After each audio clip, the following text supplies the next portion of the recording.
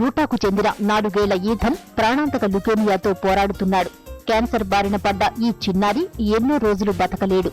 దీంతో ఈథన్ కోసం టౌన్ మొత్తం అన్ని పండుగలు ముందే జరుపుకుంది.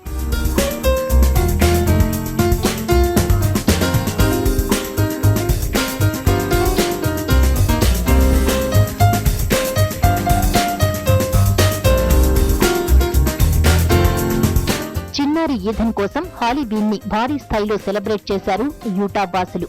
క్రిస్మస్ వచ్చే వరకు ఈథన్ మనతో ఉంటాడన్న నమ్మకం లేకపోవడంతో క్రిస్మస్ ను ముందుగానే నిర్వహించుకున్నారు.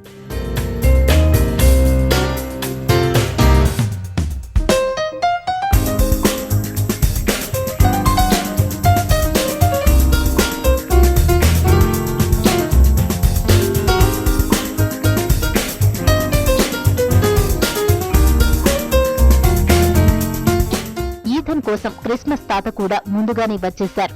ఈథన్ కే కాక అక్కడున్న మిగతా చిన్నారులకు బహుమతులు మోసుకొచ్చారు.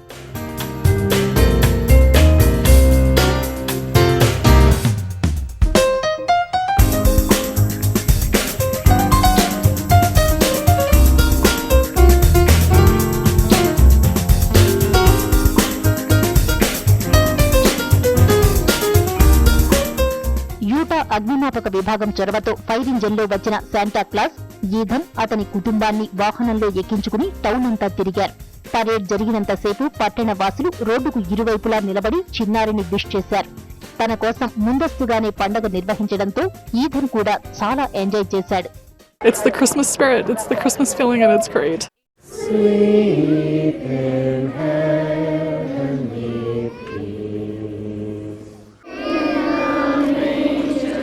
They gave Christ Christmas presents because Utah వాసులు చూపిన అభిమానంపై ఈథన్ కుటుంబం ఉద్వేగంతో నిండిపోయింది.